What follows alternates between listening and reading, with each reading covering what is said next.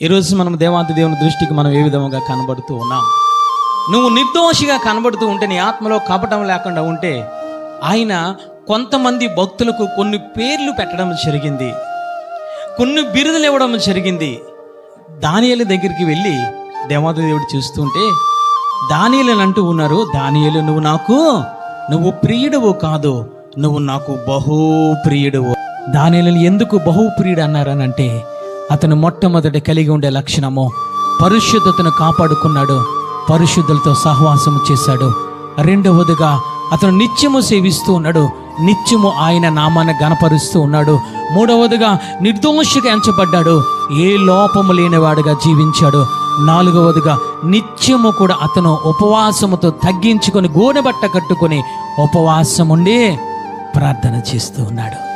ఈ లక్షణాలు నువ్వు కలిగి ఉన్నావా? ఈరోజు యేసయ్య నీ దగ్గరికి వచ్చి చూస్తూ ఉంటే ఏ విధంగా నువ్వు కనబడుతూ ఉన్నావు? ఒక నిర్దోషిగా కనబడుతూ ఉన్నావా? విశ్వాసము గలదానిగా కనబడుతూ ఉన్నావా? యథార్థమంతురాలుగా కనబడుతున్నావా? అని ఇంటిలో నమ్మకమైన వాలిగా నువ్వు కనబడుతున్నావా? ఆయన చూస్తూ ఉంటే బహు ప్రియురాలుగా ప్రియుడిగా నువ్వు కనబడుతూ ఉన్నావా తల్లి?